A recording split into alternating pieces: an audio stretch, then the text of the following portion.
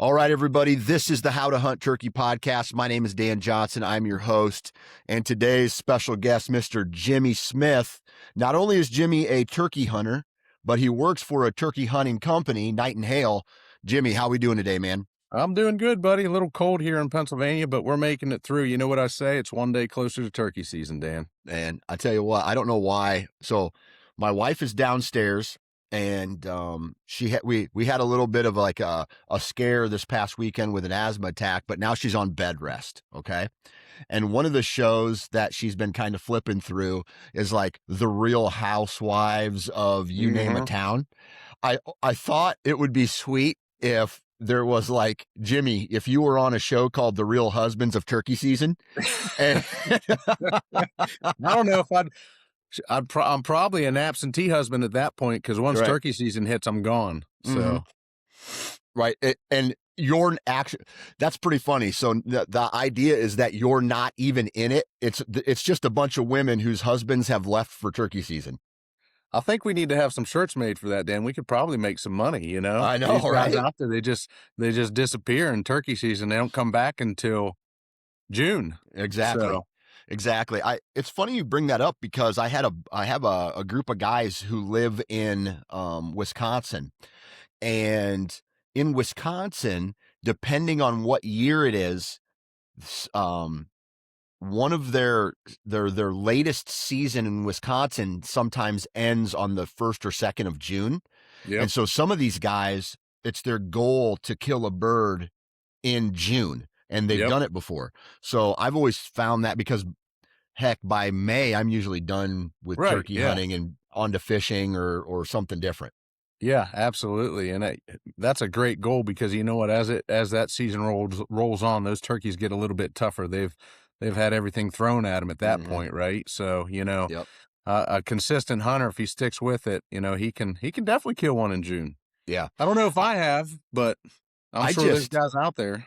I don't like sitting in poison ivy, and I don't like sitting in ticks. And I'm just imagining what it would be like to be dripping sweat in June, chasing a turkey in tick-infested poison ivy. Like, just the worst case scenario. I don't want it. I'll kill him in April. You know, they say the turkey hunter's a different kind of guy, and if it's ingrained in him, he's out there. I can guarantee it. Right. That's a fact. All right. Let's BS for a while, but before we do, I got to send a huge shout out to the partners of this podcast. If you guys are looking for a realistic, easy to tote around, very portable, I have a couple of them where it's almost like an accordion. They just smash down, fold up. You can put a strap around them. A decoy, that is Montana Decoy. Go check out montanadecoy.com for their very portable, very lifelike turkey decoys. And on top of that, they have a bunch of other decoys: deer, mule deer, cows, elks, all that stuff, all that stuff. So go check out montanadecoy.com. And then my company, Full Sneak Gear. If you want a t-shirt with a turkey on it to celebrate turkey season, go check out fullsneakgear.com. Okay. I might have to order one of those, Dan. I know. They're pretty badass. Let's talk about the psychopathic level in which you enjoy turkey season. Lay it out for me. Where does turkey hunting lay for you in the outdoors compared to fishing or deer hunting or any other outdoor activity? You know, I always say, if the good Lord said you had to pick one animal to hunt, one bird to hunt, it'd be the turkey, right? And that's how deep my love is for him. And I think about them all year round, honestly, right? You know, if I'm driving down the road, hopefully my wife isn't in the car because she's yelling, because I'm always looking out. I'm looking, pay attention to driving. You know, my mind is constantly, you know, there's a meme out there with a guy's head out there, and he's got a strutting turkey inside that head. I think that's a good portrayal of what my brain looks like, right? So, you know, ever since I was 8 years old out there hunting with friends, my dad, you know, that first gobble just changed my life, to be honest with you. So, it's a passion, you know, as Mr. Hayes, as Toxie and the Mossy Oak guys say, it's an obsession. It truly is an obsession for me. And I know it's like that for many more. So, yeah, for sure. My choice is turkey, regardless. Okay. I like that answer. And by the way, I think they put those what do they call them? Zip strips or the rumble strips on the side of the roads for guys like us, where we're Exactly. Exactly. So I know I'm just about to hit the ditch on the right, and I better yeah, not cross over the center line in the middle. exactly. Yeah. Yeah, for sure. I can't, like, I don't know how many times my wife has pretty much pooped her pants over the years. I'm like, Strutter, look at Strutter in the field. She's like, Yeah. oh my God, watch out. Yeah, So I love it. she's tightening up her seat belt and Yep. grabbing the old handle up on the door for sure. Yep. Absolutely. All right. You kind of mentioned 8 years old. Talk to me a Mhm. little bit about like that first gobble, who got you into turkey hunting, maybe any Yep. type of mentors you had growing up. Yeah, I mean, I've had, my to be honest, my dad did not really hunt turkey, and I Mm, had a good friend. His name was Eddie. I actually had two, an older gentleman, his name was George, and a younger friend, Eddie, who were, they were big turkey hunters. And my first gobble I heard at about 8, like I said, with one of those guys. And to be honest, I didn't know that turkeys really existed in Pennsylvania, right? yeah. I Yeah. didn't know that a gobbler existed, and it's a sound that, man, it's hard to replicate. That turkey sound is a different sound out there. Yeah. And when you hear it in the distance, it's magical, but when you have it in front of your face and he's just, his Yeah. face and your face are right there, and you hear that and hear that spitting and drumming, man. I remember sitting. I was 8 years old. I remember I was in a small town not far from here, and we would go out in the morning and we'd listen to him before the season and roost him. He That first drive, sitting there, opened up the door, couple crows hollered, and I heard that gobble and that, and at first I didn't know what it was, right? Because I never heard him.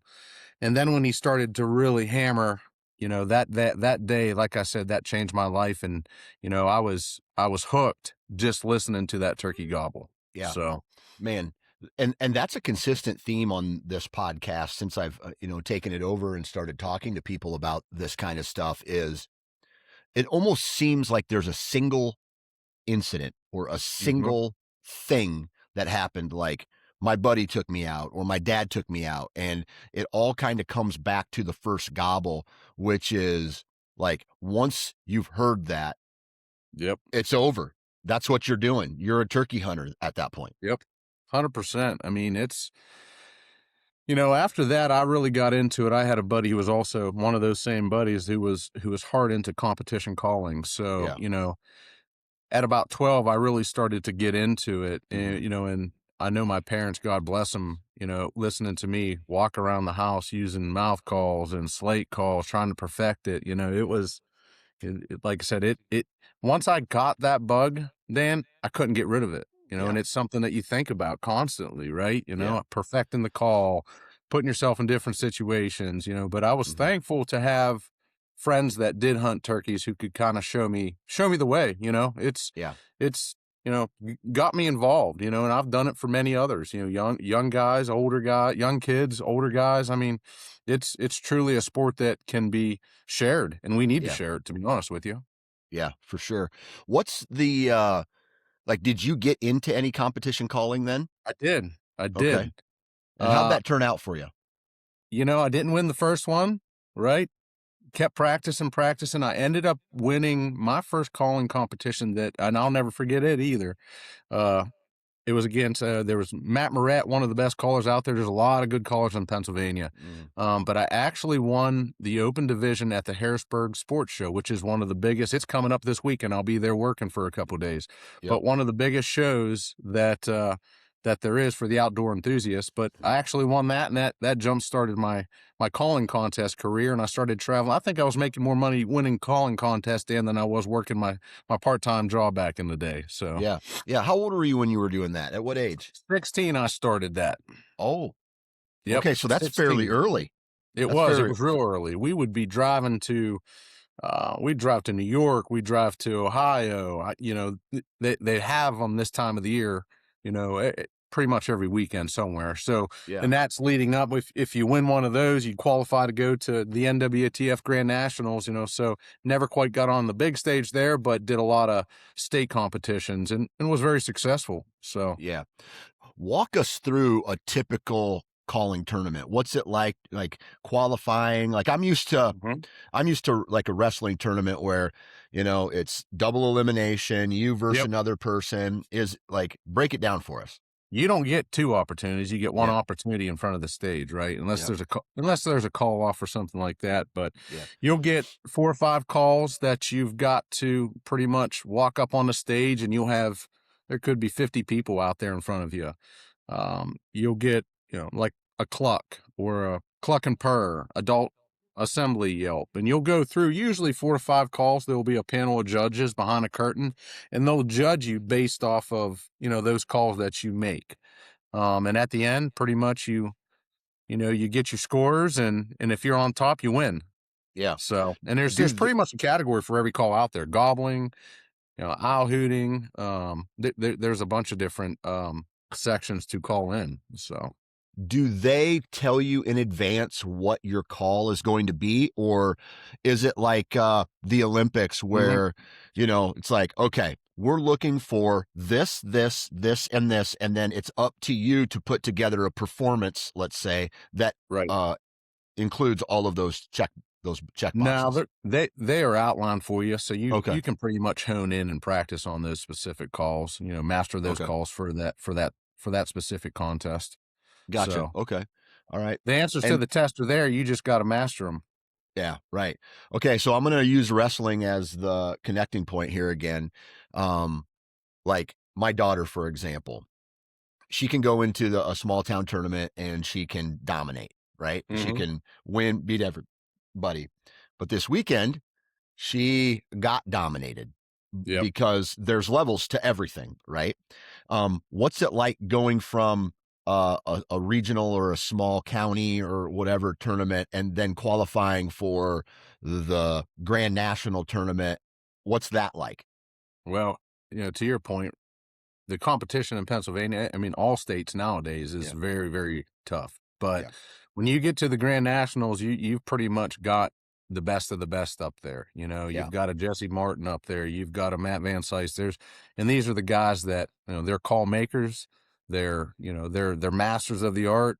They pretty much that you'll see consistent winners throughout the different the categories at the Grand Nationals, but it's truly the Super Bowl of turkey calling contests. So you've yeah, you've you've got to put some time and effort into it. yeah. Honestly, you want to beat one of those guys.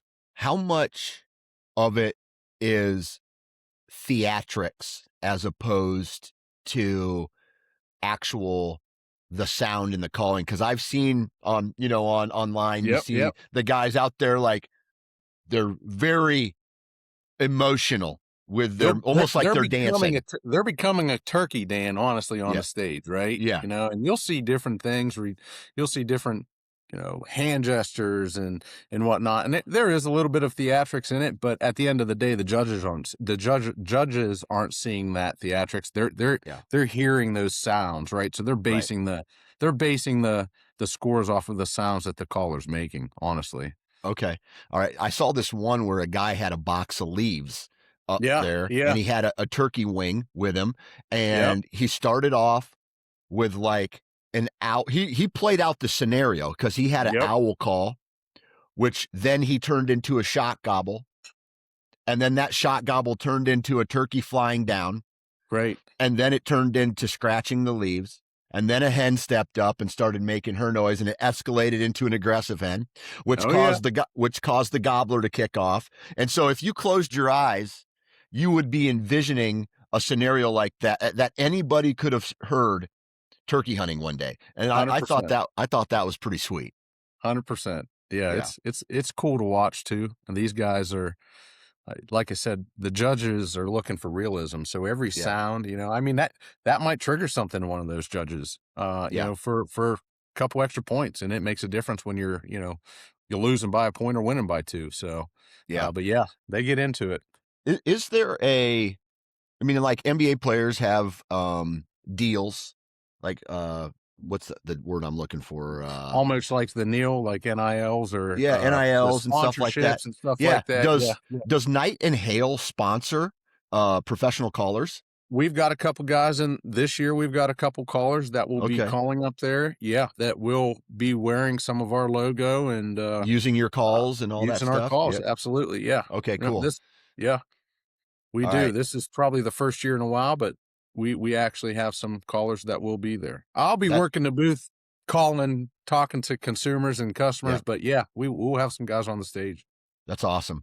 Okay, so the next question I have is you got all this elaborate calling going on and Hmm. people are studying and they're getting better and they're trying to win these tournaments. How much of that translates into the actual woods where you're trying to call a tom in and shoot him? From a hunting perspective, I've hunted for a long time, Dan, and I've Mhm. heard some really awful turkeys in the woods who I thought were hunters. So to say that it helps, yeah, sure it does help, right? Yeah, But from a consistency of killing turkeys, I look at a couple things. Being where they want to be and utilizing a call, right, to make the sounds that you need to kill that turkey. right. So you do not have to be a master of the call to go out and hunt turkeys and have fun. Yeah, Calling contest, a little bit different scenario.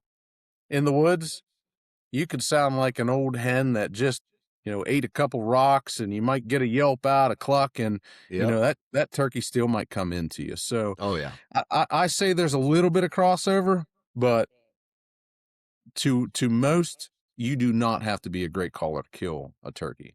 Now, yeah, later in the season, it could change. You got to change up. The guy scratching in the leaves. yeah, The wings. There's some things that you could use or pull out of the bag to help you kill that turkey, and it might not be calling, right? yeah, Scratching in the leaves or whatnot. So, does it help? Yes, yeah, but is it 100% needed? No, no. yeah. I can remember one of the very first times I ever went hunting with my uncle. And I was used to deer hunting at that point where I was like, okay, we got to be extremely quiet, no Mhm. noise. And so I'm, you know, I'm opening the truck door very quietly and I'm shutting it very quietly. And my uncle, uh, he lights up a cigarette and he's keeping the truck door open and he's like, Oh yeah. just typical smoker hacker cough, just cracking a Mountain Dew or whatever Yep. Yep. just like envision what I'm talking about here. Yeah. Yep. And then the sun's coming up and he's just talking to me in a normal voice. Like we're talking here. Like and I'm whispering back to him thinking, oh, I'm going to lead by example here and be quiet. And he's like, what are you being quiet for? Like all this stuff. And then it's hilarious because as the sun starts to come up, he heard an owl hoot and that was his sign, right? And he took his truck door and he slammed it as hard as he could Uh-huh. and it shot gobbled a tom and he's Oh like, let's yeah. go. And then that's the direction we went. And it's crazy how, and this is in all hunting or trapping or fishing. There's guys that have the head to toe highest end camo with the highest end calls. And then you Yep. got guys who go out with no calls and they're making it with their own mouth and they're using a Sure. shotgun that's 50 years old and they're getting the job done on this stuff. And so I always found that discrepancy more real in turkey hunting than in any other in any other sport. Yeah. Like fishing or whatever. You say that, and I had a buddy. I know you're a big whitetail guy, and to that same point, he would go out. Here I am. I'm running. I'm putting my clothes in a dry wash. Yeah. I'm spraying Yeah. down. I'm getting dressed in the woods. I'm packing all this stuff, and he's going to the stand, sitting, smoking a cigarette, and kills a 160. And Yeah, I'm like, exactly. and I'm thinking to myself, am I the idiot? Am I stupid? I don't smoke, but maybe I need to start. Start. So to that point though, you don't have to have the the most expensive gear. Yeah. We can go buy a $12 mouth call and Mm, get you cranking, and you yeah. can be out in the woods with some mossy oak or whatever, and Yeah. um, your dad's old 12 gauge or 410 at this point. Everyone's Yep. using 410s at this point. So Yep. it's a low entry sport, and you don't have to spend a lot of money to have fun, honestly. So Yeah. So this is do you know Paul Campbell? He used to work for the NWTF for a while. yes, I know Oh, of them. Know okay. of them. This is the story that pisses him off the most because he is intense about turkey hunting. And so I am driving down the country roads during turkey season, and I had come out of a morning hunt, and I drive by and I see a turkey like in the field, and he's strutting around a black garbage bag that got caught on a corn stalk and was blowing in the wind. And I'm like, that Tom is so out of his mind. He thinks that trash can is a hen, or that trash bag's a hen, because it was blowing in the wind. It was full of air, and it Mhm. just was. Anyway, I cut into that timber that I had permission to be in. I cut down this drainage, walk right up it, walk to the field edge, creep in, sit down, and this turkey is strutting in big circles around this trash bag. And finally, it got close enough to me and I shot it. And that story pisses him off so much because I used a trash bag to kill a turkey, and he's out there, like he's that guy, right? He's Yeah. taking the vacation, he's doing the head to toe gear, all that stuff. And so that's the one that pisses him off the most. And I He love it. had it I love he telling had it. his process, but by the sounds of it, we need to start buying trash bags and selling them out there. I think we might have a little bit Exactly. of a special angle, You know, right? Well, the old the truck door call, the trash bag you decoy. think about all the stuff that makes a turkey gobble, and Yep. then some of the things, some of the decoys we first started with, geez, it looked like a guy went and ripped his couch apart and, cut a little bit of foam out, painted it up, and, we were Yep. hunting with it, compared to what they are today, truly, so, 100%. they've come a long way. So Yeah. they have. In your position with Night and Hail and just being the intense turkey hunter that you are, have you, like, I'm sure you've talked to a lot of old timers who, from back in the day when maybe turkey hunting in the North wasn't even a thing and turkey hunting in the South was rocking and rolling already. What are some, maybe it's ridiculous to the average turkey hunter, or some strategies or tactics that some of these old timers would tell you, and you'd be like, what's going on here?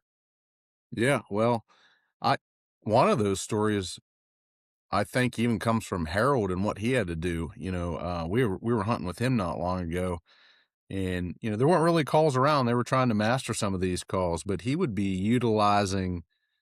He'd pick up blades of grass out there and put them between his fingers, and he would be making calls. Turkey calls weren't around at that point in Mm-hmm. time. Like you said, there weren't a lot of turkeys, and there weren't a lot of I guess there weren't a lot of resources that helped the hunter kill them. And I think they, obviously the more you do something, the more you learn about it. So to your point, slamming a truck door for the first time going out turkey hunting, and you hear that turkey gobble. You start to put two and two together, right? You're sitting Mm-hmm. out there, you're going through these experiences to find out what you need to do to kill a turkey, right? Yeah. So I think a lot of those introductory guys, even having conversations with him, you know, it was scouting that turkey, going out in the mornings, listening to them, and then setting up where they were in strut zones or roosting areas, because they really didn't have a lot of information back then, from a call standpoint or whatnot. And these pioneers, they started to make these calls. David and Harold, they were, it's a story they tell. They were going down and buying, condoms from the local store to cut latex to spread over top of a tube call, to make the Dang. sounds, to make those sounds, right? So it's come a long way, but I think they've obviously adjusted over time to help all of us become turkey Yeah. hunters, better turkey hunters. And really, I don't know what I would have done back then, Dan, if I had to go down to the local store and buy a bunch of condoms what's your man, what do you say to that? And they're stretching turkey calls, to kickstart a company that now is an ultimate brand. But man, that's a story that I just don't know if I could tell it. So it would be funny, especially if there was like it was a very small town, right? And some guys right, going yeah, in to buy condoms, and everybody starts rumors like, "Hey, he's married. Why is he yeah, buying yeah. condoms? He's married." I'm sure there was a lot of comical relief about, or conversations that were going around back then, Right. so, but, they had a love and a passion, man, and they were finding a way to get stuff done. And, Yeah. obviously here we are, mouth calls are, Yeah. a key part to killing turkeys nowadays. Let me So, ask this question just popped in my head, so I have to ask it. Okay. yeah. In your opinion, who's the Mount Rushmore of turkey hunting in the United States? The Mount Rushmore in terms of where to kill turkeys? No, the Mount Rushmore of who? Like, who's the best of the best? Who's, or maybe the most influential? The people who, Jeez. like, can you put a list together of four Y people that are just head and tails above everybody else, or make a cut for you? there's I don't look at it in the amount of turkeys they kill, but to say that, when I look back in time and who I grew up with, the pioneers of this industry and who started it. Obviously, I'm going to say Night and Hell, but I'm Mm, also going to Will Primos and Primos Game Calls. mhm, The Kirbys at Quaker Boy. There's Ben Lee, and these guys are way before my time. But I was fortunate enough to have some videos on them back then. Um, you know, and there's pillars. Those pillars were were influential in a lot of people mm. getting out there and hunting turkey. But I would say that that group there is a group that probably changed turkey hunting and helped catapult it to where it is today. Yeah, that's fair. And that's the crazy part is Quaker Boy, right? You said that was the Kirby's who did Yes, that? sir. Yeah, I Hmm. don't like that's foreign to me. So Yeah. I got to get on my horse if I'm going to do this podcast and start educating myself of who some of these people are. Um, Obviously, Night and Hell is the best, right? But I right, still get absolutely. it's when you look at it. I look at it from a perception of we're all good for what we want to do. And, Right. whether it be conservation, whether it just be, helping the hunter be more successful in the woods, so we're Hmm. all, the ultimate goal is for the good of all of us. So, Yeah. they're competitors, but you know what, at the end of the day, we're trying to accomplish one thing, so that's to help the hunter. Yeah, that's a fact. That's a fact. Okay. What's your season look like here coming up? I mean, you got a schedule put together, how many states you hunting? What's Yeah. the deal?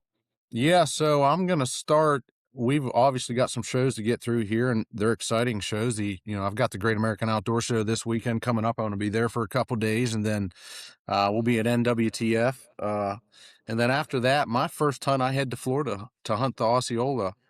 So I'll be there opening weekend. Excited about that. We've got 20 feet of snow here, or Mhm. 20 feet, 20 inches of snow. Right, it feels like 20 feet because it's not Right. going away, but Right. 20 inches of snow and it's cold.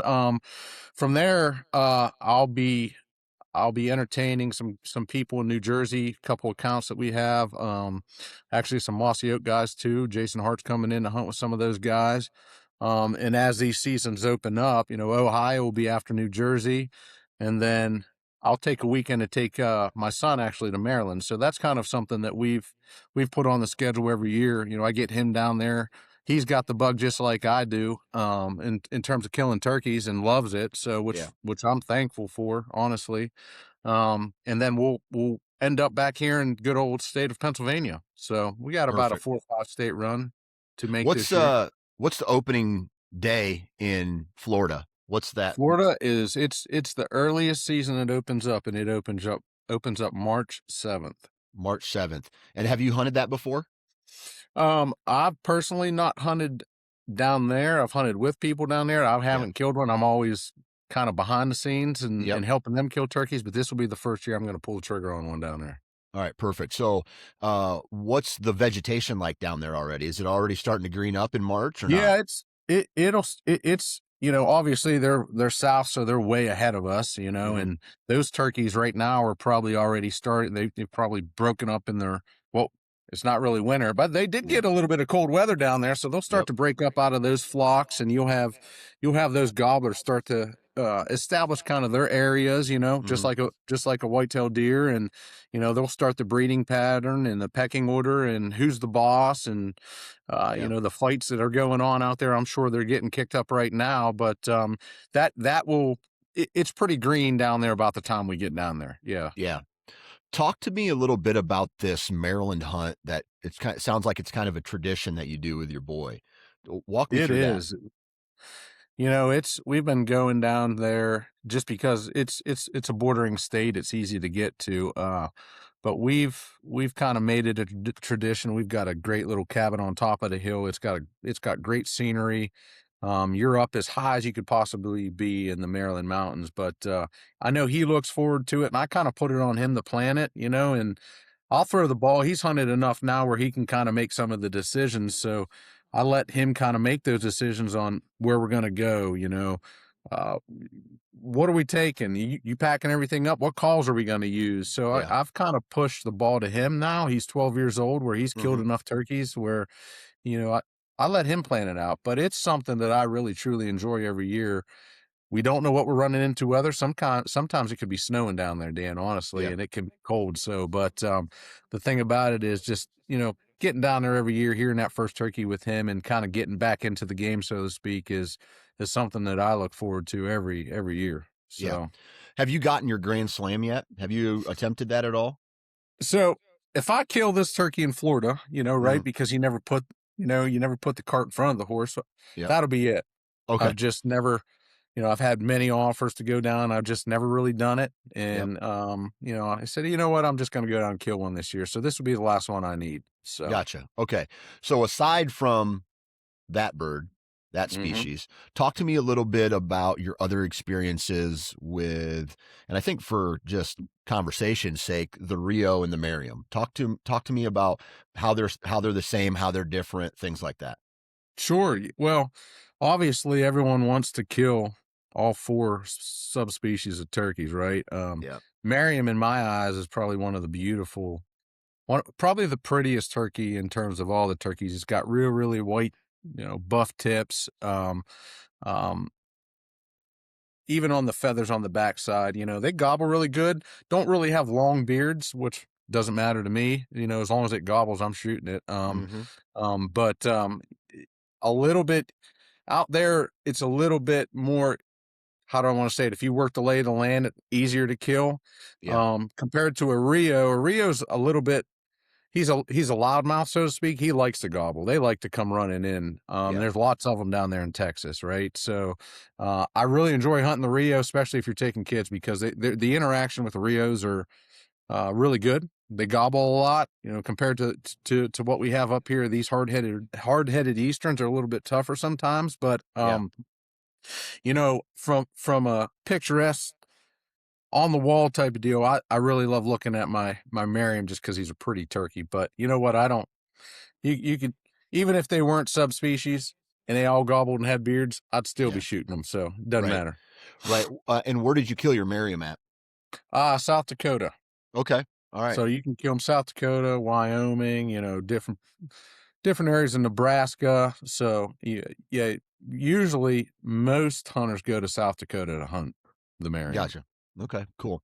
Yeah, I mule deer hunt in South Dakota, and I've seen them in the river bottoms in Hmm. pretty big flocks too, Yeah, down there. So that's always been it hasn't it because I have a couple other bucket lists I want to kind of accomplish before I get into it, but I think just as an outdoorsman, I know it doesn't matter, but to me, I'm like I think it'd be cool to kill the 4, the Grand Slam, absolutely, to absolutely. get all of them and expand my wings a little bit, especially since I go out to South Dakota anyway, and I got, a lot of people I know that live right on the Red River there between Texas and Oklahoma where the Rios hang Yep. out, so, I can Those river bottoms hold a lot of those turkeys, to be honest with you. I mean, they're around water, they need water, yeah, even in Texas, but that's pretty much where we killed ours, on a river bottom, of the Missouri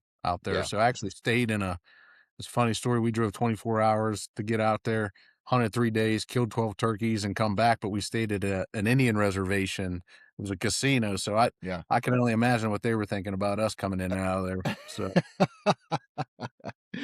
um, let's talk, you know, let's talk a little bit about the process now. And if you want to throw in a different process and talk maybe about the similarities and differences on your strategy going into a different subspecies, or we can stick with Easterns, I'm going to leave it up to mhm, you. But what I'd like to do is talk about the strategy that you use, maybe from are you roosting the birds? Or maybe you are, maybe you're not, to the point where in the mornings you're stepping out of the truck and you're trying to chase them down. So walk us mhm. through your process.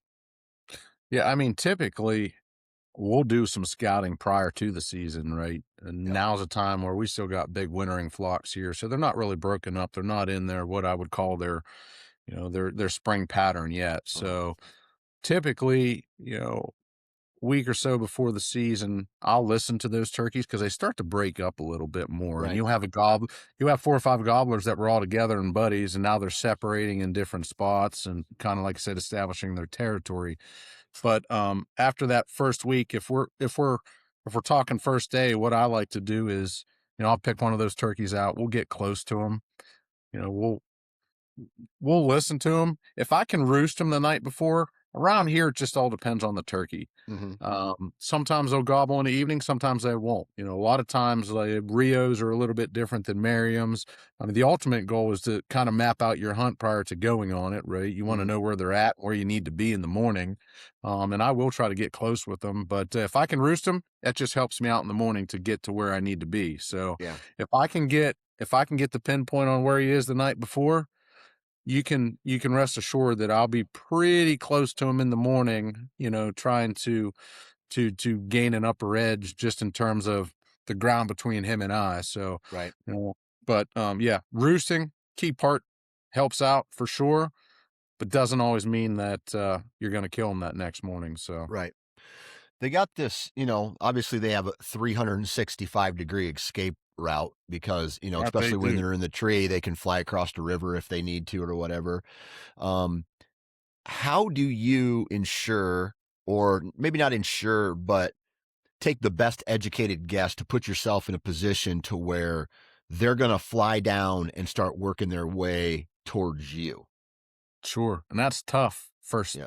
that first week, they're still usually got a lot of hens with them, Hmm. and I think putting a game plan together, putting your, what I would call your homework that you did prior to the season. Yep. There's times where I'll go out and even sit and watch them a little bit, Hmm. prior to the season opening, just kind of seeing where his pattern is. But to your point, there's they can go anyway. Yeah. And it's not only that bird that you're competing with specifically or you're up against, it's all those hens that he's got with him too, because Right. if one hen makes the decision to go the other way, usually usually he's going to follow him in that early season, right? Yeah. So that's why, when you look at, a group of birds and you've got last year's Jakes, you know, they're they're 2-year-olds this year and they're ready to gobble. They're trying to establish their dominance within the pecking order, so a lot of times what you do or what you get off of that roost is those 2-year-olds that have been beat up by that older guy in that group or older Hmm. gobbler. And those are the guys that you get to come in. And I love hunting those 2-year-old because they want to gobble, they want to come in, they're ready, and they make it easy sometimes, especially if you've got a little guy out there, Yep. who's ready to pull the trigger. Yep. Absolutely. They're almost designed to die from, Perfect. you know what I mean? Like, Perfect candidate for me. I love every one of them. exactly. And those are the ones that, I always try to get my kids, Yep. there's a big strutter out there, but these two back here, Yep. Tom and Harry, they're talking to us. So let's Exactly. go towards this guy. And so, yeah, I love the 2-year-olds. Um, outside of that, obviously putting yourself in a position early season can be difficult, especially during, you know, the toms being henned up throughout most Yep. of the morning. Is there a time of day that you feel let's just stick with early season in that Mhm. April time frame in all general terms here. Is there a time of day that these toms become the most vulnerable in your position, in your opinion? Yeah, I mean, I would say, when you look at the season and you break the season down in different phases, that early season, um, when they're really truly henned up, Mhm. you may have to put a little bit more time in, right? My timing on, from a success rate is, usually that 10 to 12, that early morning, they've got the system down. They've been doing it for, the last month or so, and they've Mhm. had their hens, they're breeding those hens, and they're starting to lose those hens. And, you know, if you don't kill them right off the roost, you're probably going to have to put a little bit more time in, so that being said, I've had a lot of success when those hens leave the gobbler, they're going the nest, or, they're getting away. And Mhm. it seems that 10 to 12 can be a really, really good time to kill a turkey, to be honest with you. He gets Yeah. a little bit more lonely, or, like I said, he lost his hens, and guess what? He's ready to look for another one. And if you're still out there putting the time in, I would say that's a pretty darn good time to harvest one, Yeah. if you do put that time in. Yeah. What about as like afternoons? The biggest, most mature tom that I have ever killed was well, I was calling for a kid that I took hunting, but he killed it. Man, it was like 6 o'clock in the evening Is on that the way. right? Yep, on the way back. It was like third season in April here in Iowa, and I don't think he was necessarily coming back to roost, but Mhm. we had been working him so much throughout the last, like, we popped in there at like 4 o'clock just to, like, a Hail Mary, try to get him roosted, but we saw him out in this Yep. pasture, and he came off a hen to come investigate what we were doing, and we called him and ended up working him to like 6:30 and shot him at that point. Do you ever run into toms being responsive in late afternoon?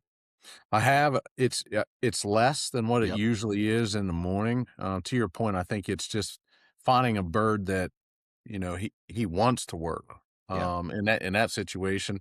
Around in PA, for instance, you can't hunt all day. So, Right. Oh yeah. the first half of the season, you're done at noon. The second half of the season, you can hunt, in the afternoons. But I've seen more success in the mornings or up until that noon time than I have in the evenings. Now, that being said, if I'm on a hunt somewhere and they allow me to hunt in the afternoons, I'm all about it. You got Yeah. to take advantage of all the time you've got when you're there. And I'll sh- I'll shoot one at 6 o'clock just as quickly as I would at 8 o'clock in the morning. So Yep. by no means is there a difference, but I do think, that those turkeys are definitely more responsive in the early morning and up to, like I said, that noon 1 o'clock time frame. Yeah. Talk to me a little bit about your calling strategy, if there is one for Hmm. you, when it comes to a bird in the roost to try to get him to come to you, or that positioning to put yourself in a position where maybe the hen Sure. comes by and drags the tom with, or the tom comes in independently. Yeah. I mean, setting up in the mornings, I usually start off pretty soft, Mhm. tree calls in the morning, just a little bit of yelping, just to let them know I'm there, right? So you can take the temperature of that turkey pretty quickly. If he's cutting you off as soon as you're calling to him in the morning, generally I'll kind of slow up, let him fly down and see what he wants to do, and there's a lot of variables, right, in between all that. How many hens does he have with him? Yep. Does he have any hens with him? If he doesn't, great, you're probably in a good situation. In that first initial experience with him in the morning in the tree, like I said, I don't call a whole lot. I just let him know I'm there. Right. And then when he hits the ground is when I'll either increase that calling or decrease it, depending on, we all want to hear the turkey gobble, right? Right. But at the end of the day, I also want to kill him, but Hmm. I'll like I said, I'll take his temperature. If he's answering to me, I'll pick that calling up a little bit more when he hits the ground. Hmm. Maybe it's some aggressive yelping or purring, clucking, scratching in the leaves, trying to get his attention. And I usually I usually set a little bit of time frame in between that, right? I'll do a calling sequence, see what he wants to hear, what he doesn't want to hear. I'll lay off of him a little bit more, and then I'll pick it back up. And like I said, you can kind of gauge the temperature of that turkey and see what he likes and what he doesn't like. So Yeah. Is there such thing as overcalling? I think there is, yeah, I think there is. But we get so ingrained to wanting, like I said, wanting to hear that turkey gobble just because you love hearing that sound that Mhm. you in my mind, I'm not thinking, and we're talking. I'm talking to the turkey just like I'm talking to you now, and he's responding. So I want to keep calling. But when you do that, you're changing the dynamics of Mother Nature, where the hen usually goes to him, Right, right. and that's how it's supposed to work. He's Mhm. not supposed to come to you. You're supposed to go to him. So what I try to do, and what I try to tell guys, and even my son taking him, I'm like, you don't want to keep having the conversation with him to the point where, you know, you're pushing him away. Mhm. So taking a break, giving him 5, 10 minutes, make him think that, oh, maybe that hen left, I need to go over there and check it out. Um, is a situation that you need to play through in your mind. And it's hard because you're sitting there and you're excited and, he's gobbling and you're just not thinking. But I think that you need to sometimes take a break, right? And think about what I'm trying to do in that Yeah, situation. yeah. I'm notorious for overcalling, dude. I'm just like, I need him to gobble, and then it's just Yep. a hen walking in the opposite direction of where I'm Yep. at and pulling every other bird with her. So, Yep. um, it's almost like my favorite is when I'm calling too much and then a hen makes one purr or a cluck, and it's not the runaway scared, call. It's the man, this chick is annoying me, and I'm going the other direction and pulls Right. everybody else with her, right? Yep. So, yep. And Um, it's happened more times than you can count. exactly, exactly. The last question I want to ask you today is your thoughts on reaping. Hmm. Yeah, listen, I don't judge. You can kill a turkey any way you can if it's legal and it's Mhm. you're good with it. In Right. my area, um, it's definitely not something that I recommend. And if you're on a private farm and you feel safe, great. It's something we don't do honestly Yeah. around here. And I'm not Yeah. saying it's right or wrong. If it's legal and you can do it, Mhm. perfect. I'm just in my eyes, we just something we don't do, and I've never, I can honestly say then that I've never reaped a turkey, Yeah. or went to them. There's a lot of hunters in Pennsylvania, even though there's a lot of private ground. Some guys don't pay attention to some things, but if you're gonna do it, just pay attention to the scenario, your surroundings, make sure you know who's in that area. And just be safe doing it. That's all, Yeah.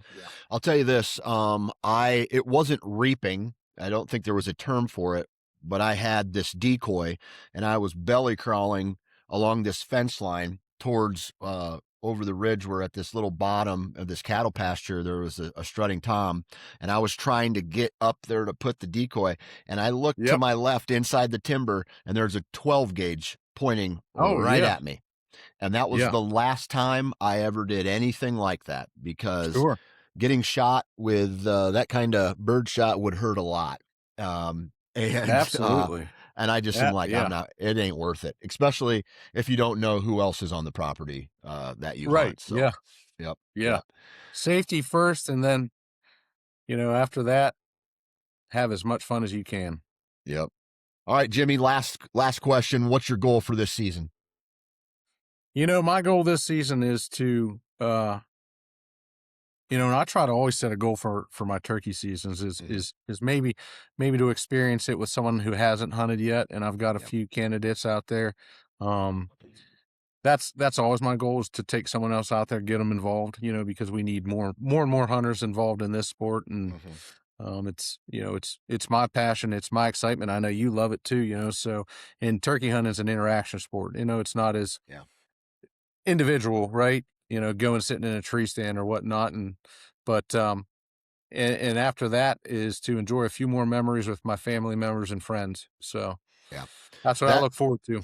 That sounds like a damn good goal to me, my friend. Jimmy, man, I really appreciate you taking time out of your day to hop on and BS with me for a little bit. Everybody go check out Nightingale and their full lineup of calls and what they're building over there. It's a little, I've talked about this before, but it's a little bit of a rebirth going on over Yes. at Nightingale, and I know a lot of people are excited about that. But outside of that, man, hopefully all your wildest turkey dreams come true this year, Jimmy, and I get to see some hero pics with you We'll behind send you some pics for sure. My yeah. brain's already, I'm counting gobblers and turkeys and all kind of things every night I go to bed. So my wife has it on the TV. She's probably sick of it already. So she's hadn't started yet, but Amen. Amen. All right, my friend. Thank you very much. thanks, Dan.